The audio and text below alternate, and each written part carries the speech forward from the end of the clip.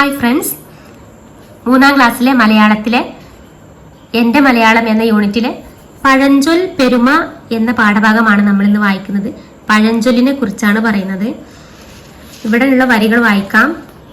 പാട്ടിലും കവിതയിലും മാത്രമല്ല ചൊല്ലുകളിലും താളമുണ്ട്. നാടൻ പാട്ടും കവിതയും ഒക്കെ നമ്മൾ ചൊല്ലി തിന്താരോ തക എന്ന് പറയുന്ന നാടൻ പാട്ടും കാക്കിരി പൂക്കിരി എന്ന കവിതയും ചൊല്ലി അതിൽ മാത്രമല്ല ചൊല്ലിലും താളമുണ്ട്. താളവും കിലുക്കവും ഒക്കെ ഉള്ള ഭാഷയല്ലേ മലയാളം. അപ്പൊ നമുക്ക് പഴഞ്ചൊല്ലിനെ കുറിച്ചാണ് ഈ പാഠത്തിൽ പറയുന്നത്. നമുക്ക് നോക്കാം. പഴഞ്ചൊൽ പെരുമ. നാരങ്ങപ്പാല് ചൂട്ടക്ക് 2 ഇലകൾ പച്ച പൂക്കൾ മഞ്ഞ ഓടി ഓടി വരണ കള്ളനെ പിടിച്ചേ. കുട്ടികളുടെ കളിയാണ്. ഇവിടെ ചിത്രത്തിലുണ്ടല്ലോ കുട്ടികൾ കളിക്കുന്ന. അപ്പൊ ഈ കളിയില് അവർ പാടുന്ന പാട്ടാണിത്. നാരങ്ങപ്പാല് ചൂട്ടക്ക് 2 ഇലകൾ പച്ച പൂക്കൾ മഞ്ഞ ഓടി ഓടി വരണ കള്ളനെ പിടിച്ചേ. ഒരുപാട് കുട്ടികളുണ്ട്. എല്ലാവരും നല്ല ഒച്ച ഉണ്ടാക്കിയിട്ട് കളിക്കാണ്. പൊടി പാറിയ കളിയാണ് മുറ്റത്ത്, ആകെ കൂക്കും വിളിയും ബഹളമയം. എന്താ മക്കളെ കാക്കക്കൂട്ടിൽ കല്ലിട്ട പോലെ? അമ്മയാണ്. അമ്മ എന്താ പറഞ്ഞത്? എന്താ മക്കളെ കാക്കക്കൂട്ടിൽ കല്ലിട്ട പോലെ? കാക്കക്കൂട്ടിൽ കല്ലിട്ടാൽ എന്താവും? കാക്കകളൊക്കെ കൂടി ശബ്ദമുണ്ടാക്കിയിട്ട് കാ കാ എന്ന് പറഞ്ഞ് ചിതറി ഒച്ചുണ്ടാക്കും. അതുപോലെ കാക്കക്കൂട്ടിൽ കല്ലിട്ട പോലെ ശബ്ദമാണ് മുറ്റത്തെ കുട്ടികളുടെ കളിയില്. അതാണ് അമ്മ ഉദ്ദേശിച്ചത്. ഹായ്, നെയ്യപ്പത്തിന്റെ മണം! കുട്ടികൾ ആർത്തു വിളിച്ചു. അമ്മയുടെ കയ്യില് നെയ്യപ്പമുണ്ട്. ഓ, കളിയൊക്കെ നിർത്തിയോ? എന്താണിപ്പോ എല്ലാവരും ഇങ്ങോട്ട് ഓടി വന്നത്? ആ, അതങ്ങനെയാ. അരി എറിഞ്ഞാൽ 1000 കാക്ക എന്നല്ലേ? എന്താണ് അരി എറിഞ്ഞാൽ 1000 കാക്ക? അരി എറിഞ്ഞാൽ എവിടെന്നൊക്കെ കാക്കകൾ വന്നിട്ട് കൂടി കൊത്തിപ്പെറുക്കാൻ വരും. അതുപോലെയാണ് ഇവിടെ കുട്ടികൾക്ക് നെയ്യപ്പം കണ്ടപ്പോ എല്ലാരും കൂടി ഓടിക്കൂടി. അല്ല, നീ എന്താ ബേബി അവിടെ ഒതുങ്ങിയിരിക്കുന്നത്? ബേബിയെ നോക്കി അമ്മ ചോദിച്ചു. അതെ, കളിക്കാനും കൂടിയിട്ടില്ല. തലവേദന പനിയുമാണത്രേ അവൾക്ക്. വയറുവേദനയുണ്ട്. ബേബിയുടെ കൂട്ടുകാരി പറഞ്ഞു. എന്നാലും ഒരു നെയ്യപ്പം കഴിച്ചോ മോളെ? അമ്മ സ്നേഹത്തോടെ നിർബന്ധിച്ചു. വേണ്ട അമ്മേ, എനിക്കു വയ്യ. ബേബി ചിണുങ്ങി. കഷ്ടം തന്നെ. എൻ്റെ കുട്ടിക്ക് എന്ത് ഇഷ്ടാ നെയ്യപ്പം. അത് തിന്നാറായപ്പോഴോ ആലിൻകായ പഴുത്തപ്പോ കാക്കയ്ക്ക് വായ്പുണ്ണ് എന്ന നിലയിലായി അവളുടെ കാര്യം. അമ്മ വിചാരിച്ചു. അപ്പൊ ഇവിടെ ആലിൻകായ പഴുത്തപ്പോ കാക്കയ്ക്ക് വായ്പുണ്ണ്. ഇവിടെ എന്താ ഉദ്ദേശിച്ചത്? അതൊരു ചൊല്ലാണല്ലേ. ആലിൻകായ പഴുത്തപ്പോ കാക്കയ്ക്ക് വായ്പുണ്ണ്. ആലിൻകായ നല്ല ഇഷ്ടമാണ് കാക്കയ്ക്ക്. പക്ഷെ അത് പഴുത്ത് നല്ല കഴിക്കാറായപ്പോ കാക്കയ്ക്കാണെങ്കിൽ കഴിക്കാനും പറ്റുന്നില്ല, വായ്പുണ്ണായി.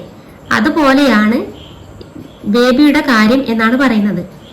ബേബിക്കാണെങ്കിൽ നെയ്യപ്പം ചുട്ടപ്പോ അവൾക്ക് പനിയും തലവേദനയും വയറുവേദനയും ഒക്കെ ഉണ്ട്. അപ്പൊ അത് കഴിക്കാൻ പറ്റൂല. അപ്പൊ അതാണ് ഈ ചൊല്ലിൽ ഉദ്ദേശിച്ചത്. ബേബിക്കുട്ടിയെ, മോളുടെ പനി മാറുമ്പോ അമ്മ നെയ്യപ്പം ഉണ്ടാക്കി തരാട്ടോ. ബേബിയെ തൊട്ടു തലോടി ആശ്വസിപ്പിച്ച് അമ്മ അകത്തേക്ക് പോയി. മുറ്റത്ത് നിന്നും വീണ്ടും ബഹളമുയർന്നു. കാക്കക്കൂട്ടിൽ കല്ലിട്ട പോലെ. അപ്പൊ വീണ്ടും നെയ്യപ്പം തിന്നിട്ട് എല്ലാവരും കളിക്കാൻ വീണ്ടും പോയിട്ടുണ്ട്. വിവരണം വായിച്ച് പഴഞ്ചൊല്ലുകൾ കണ്ടെത്തൂ, എഴുതൂ. നമുക്ക് പഴഞ്ചൊല്ലുകൾ കണ്ടെത്തി എഴുതാനുണ്ട്. കാക്കക്കൂട്ടിൽ കല്ലിട്ട പോലെ എന്ന് പറയുമ്പോൾ അത് കാക്കകളെ കുറിച്ച് മാത്രമാണോ? ഇവിടെ കാക്കക്കൂട്ടിൽ കല്ലിട്ട പോലെ എന്ന് പറയുന്നത് എന്തിനാണ്? കാക്കക്കൂട്ടിൽ കല്ലിട്ടാൽ കാക്കകൾ ശബ്ദമുണ്ടാക്കുന്ന പോലെ ഇവിടെ കുട്ടികളുടെ ബഹളത്തിനെയാണ് ഇവിടെ പറയുന്നത്. കുട്ടികളെല്ലാവരും കൂടി കളിക്കുമ്പോൾ നല്ല ശബ്ദമുണ്ട്, ആകെ ബഹളമാണ്. അരി എറിഞ്ഞാൽ 1000 കാക്ക എന്നതുകൊണ്ട് കാക്കയുടെ വരവിനെ മാത്രമാണോ സൂചിപ്പിക്കുന്നത്? അല്ല, അരി എറിഞ്ഞാൽ 1000 കാക്ക. അരി കഴിക്കാൻ കാക്കകൾ അവിടെ നിന്ന് ഇവിടെ നിന്നൊക്കെ പറന്നെത്തും. അതുപോലെ നെയ്യപ്പം കണ്ടപ്പോൾ എല്ലാവരും ഓടിക്കൂടി. അതിനെയാണ് ഒരു ഇഷ്ടപ്പെട്ട സാധനം കാണുമ്പോൾ എല്ലാവരും എവിടെ നിന്നൊക്കെയോ ആൾക്കാർ വരും അല്ലേ. ഈ ചൊല്ലുകളെ കുറിച്ച് നിങ്ങളുടെ അഭിപ്രായം പറയൂ, മറ്റുള്ളവർ പറയുന്നതിനോട് പ്രതികരിക്കൂ. ഇപ്പൊ എന്താണ്, കാക്കക്കൂട്ടിൽ കല്ലിട്ട പോലെ അരി എറിഞ്ഞാൽ 1000 കാക്ക, ഇതൊക്കെ പഴഞ്ചൊല്ലുകളാണല്ലേ. ആലിൻകായ വഴുത്തപ്പോ കാക്കയ്ക്ക് വായ്പുണ്ണ്, ഇതും പഴഞ്ചൊല്ലാണ്. അപ്പൊ ഈ പഴഞ്ചൊല്ലുകളാണ് ഈ പാഠത്തിൽ ഉപയോഗിച്ചിട്ടുള്ളത്. ഒരു കാര്യം ഉദ്ദേശിച്ചിട്ട് അതുപോലെ എന്ന് പറഞ്ഞിട്ട് മറ്റൊരു കാര്യത്തെ കുറിച്ച് പറയുകയാണ് ഇവിടെ. ഒരു കാര്യം പറയുകയും വേറൊന്ന് ആശയമായി വരികയും ചെയ്യുന്ന രീതിയിൽ പുതിയ വാക്യങ്ങൾ, വാക്കുകൾ, പദക്കൂട്ടുകൾ എന്നിവ എഴുതി നോക്കൂ എന്നാണ് പറയുന്നത്.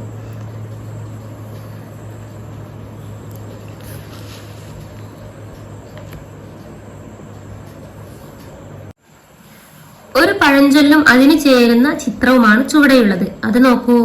ഒരുമ തന്നെ പെരുമ.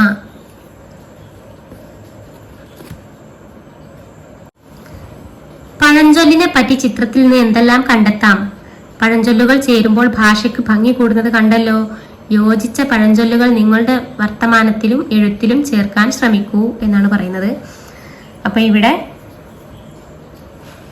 ഒരുമ തന്നെ പെരുമ, എല്ലാവരും ഒരുമിച്ചിട്ട് ഒരു വലിയൊരു സാധനം, ഉറുമ്പുകളാണല്ലേ, ഉറുമ്പുകൾ വലിയൊരു സാധനം കൊണ്ടുപോകണം, ഭക്ഷണമാണ് കൊണ്ടുപോകുന്നത്. അപ്പൊ അവരെക്കാളും വലിയൊരു സാധനം കൊണ്ടുപോവാണ്. പക്ഷെ ഒരുമിച്ച് കൊണ്ടുപോകുമ്പോൾ അത് അവർക്ക് കൊണ്ടുപോകാൻ പറ്റുന്നുണ്ട്. ഒരാൾക്ക് കൊണ്ടുപോകാൻ പറ്റാത്തൊരു സാധനം ഒരുപാട് പേര് ഒരുമിച്ചിട്ട് ഐക്യത്തോടെ കൊണ്ടുപോകുമ്പോൾ അവർക്കത് കൊണ്ടുപോയി കഴിക്കാൻ പറ്റും, സൂക്ഷിക്കാൻ പറ്റും. അതുപോലെ അതാണ് ഒരുമ തന്നെ പെരുമ എന്നതിൽ ഉദ്ദേശിച്ചത്. അതുപോലെ ഇതിന് നമുക്ക് ഐക്യമത്യം മഹാബലം, ഐക്യത്തോടെ ചെയ്യുന്നതാണ് ഏറ്റവും വലിയ കാര്യം അല്ലേ. ഐക്യം ഉണ്ടായാൽ എന്തും നമുക്ക് ചെയ്യാൻ പറ്റും. പിന്നെ എന്തു പറയാം, ഒരുമയുണ്ടെങ്കിൽ ഉരക്കമേലും കിടക്കാം എന്നൊക്കെ പറയുമല്ലോ. അപ്പൊ ഒരുമിച്ച് നിന്നാല് എങ്ങനെ നമുക്ക് എന്തും നേരിടാനും എന്തും ചെയ്യാനും ഒക്കെ പറ്റും. അപ്പൊ ഈ പാഠത്തിൽ പറഞ്ഞിട്ടുള്ളത് പഴഞ്ചൊല്ലുകളെ കുറിച്ചാണ്. അപ്പൊ നമ്മുടെ ഭാഷയ്ക്ക് ഭംഗി കൂട്ടുന്നതിനെ കുറിച്ചാണ്. നമുക്ക് നമ്മുടെ എഴുത്തിലൊക്കെ പഴഞ്ചൊല്ലുകൾ നമ്മളുടെ എഴുത്തിലൊക്കെ ചേർക്കാനാണ് പറയുന്നത്. അപ്പോൾ ഈ പാഠം എല്ലാവർക്കും മനസ്സിലായെന്ന് കരുതുന്നു. പഴഞ്ചൊല്ലിനെ കുറിച്ചാണ്, പഴഞ്ചൊല്ലിലൂടെ എന്താണ് പറയാൻ ഉദ്ദേശിക്കുന്നത് എന്നൊക്കെയാണ് പറഞ്ഞിട്ടുള്ളത്. അപ്പോൾ നമുക്കിതിൻ്റെ നോട്ടുകൾ അടുത്ത വീഡിയോയിൽ പറയാം.